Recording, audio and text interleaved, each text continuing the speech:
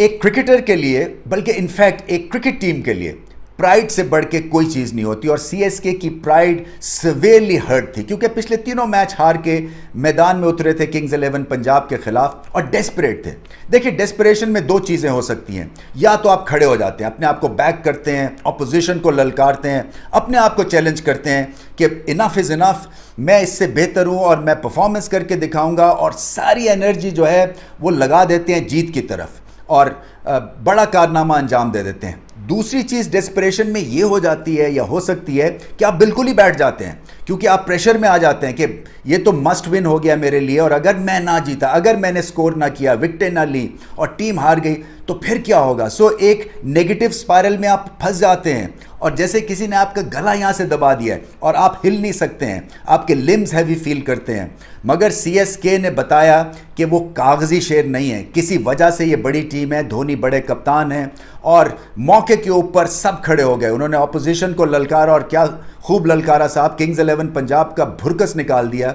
और वॉटसन आज चले और इंतज़ार इसी चीज़ का था क्योंकि इनके पास एक्स फैक्टर है। मगर तारीफ़ करनी पड़ेगी सीएसके की कि उन्होंने वॉटसन से नाता नहीं तोड़ा, क्योंकि बहुत सारे लोग जो थे बददिल हो गए थे, बदगुमान हो गए थे कि शायद ये इनकी बस हो गई है क्योंकि रेगुलरली सर्किट में क्रिकेट इंटरनेशनल खेलते नहीं हैं, सो वार्म्ड अप नहीं है, रिफ्लेक्सेस स्लो हो गए हैं, मोजो इन्होंने लूज़ कर दिया है। मगर थिंक टैंक ने बेहतर जाना, इनको बहुत अच्छा असेस किया और वॉटसन को भी सीएसके का शुक्र अदा करना चाहिए क्योंकि उन्होंने उनको बैक किया। और वॉटसन जब चलते हैं हमें पता है तो फिर कड़ाके निकाल देते हैं। फैफ डुप्लेसी ने और इन्होंने शानदार ओपनिंग बल्लेबाजी की और किंग्स 11 पंजाब को कुछ समझ ही नहीं आई।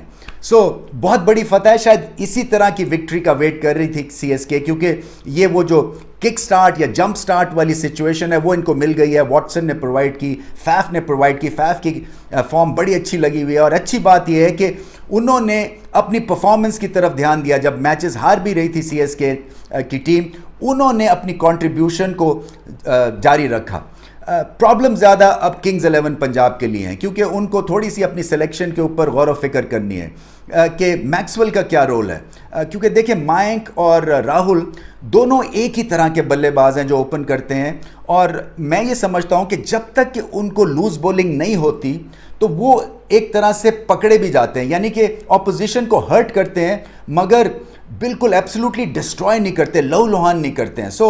वो जो एक इम्पिटस देने के लिए इनिंग्स को या एग्रेशन देने के लिए इनिंग्स को, नंबर 3 के ऊपर फिर एक खूंखार खिलाड़ी की ज़रूरत है। या वो मैक्सवेल आ सकते हैं या फिर क्रिस गेल आ सकते हैं।